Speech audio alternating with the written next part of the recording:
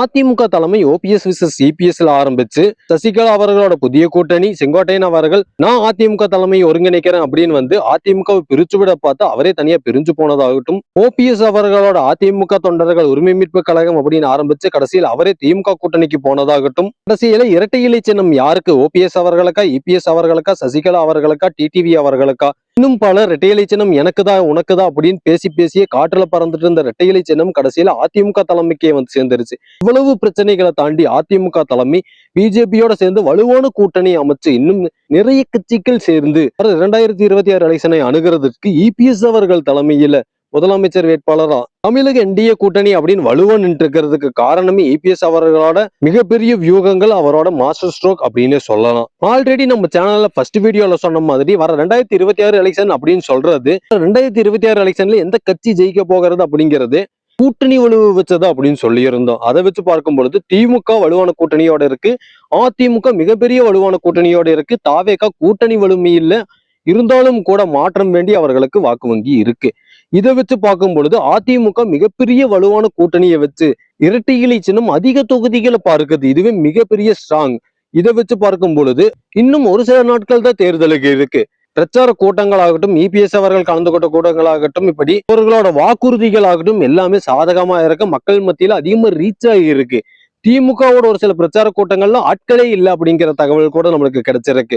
இதெல்லாம் வச்சு பார்க்கும் பொழுது வர 2026 எலெக்ஷன்ல ஜெயிக்கிறதுக்கான மிகப்பெரிய வாய்ப்பு அதிமுக கூட்டணிக்கு தெளிவா தெரிகிறது.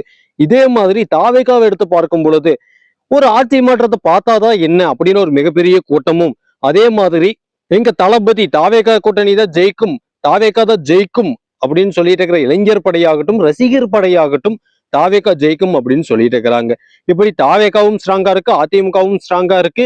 அதிமுக தனித்து வர 2026 எலெக்ஷன்ல ஜெயிச்சாதான் நல்லது, அதிமுக தலைமையில வர 2026 எலெக்ஷன்ல ஆட்சி அமைத்தால் நன்றாக இருக்கும் அப்படின்னு சொல்ற அதே நேரத்துல தாவேகா ஒரு வேளை ஜெயித்தால் பரவாயில்லையா அப்படின்னு, தாவேகா தான் ஜெயித்தால் என்ன அப்படின்னு ஒரு கோஷ்டி சுத்திட்டு இருக்குது.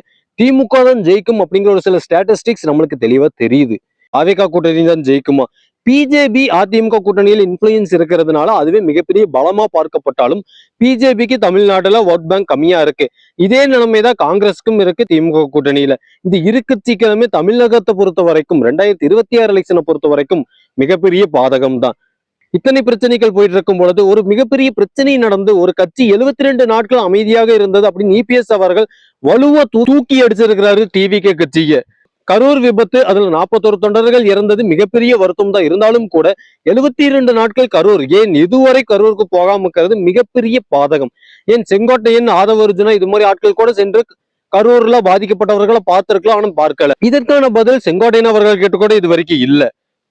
இப்படி அதிமுக ஜெயிக்கிறதுக்கான வாய்ப்பு மிகப்பெரிய அளவுல இருக்கு, தாவேகா ஜெயிக்கிறதுக்கான வாய்ப்பும் இருக்கு. திமுக மேல மக்களுக்கு மிகப்பெரிய அதிருப்தி இருக்கு. அந்த அதிருப்தி தாண்டி தான் அவங்க ஜெயிக்கணும் தவிர அந்த அதிருப்தி இல்லை அப்படின்னா ஈஸியா ஜெயிச்சுட்டு போயிடுவாங்க. என்னதான் நான் திமுக ஜெயிக்கும் அப்படின்னு சொன்னாலும் கூட இன்னும் ஒரு சில தினங்கள் தான் இருக்கு. உங்களோட கருத்து என்ன, யார் ஜெயிப்பார்கள்? இது உங்கள் கடைசி தீக்குச்சி.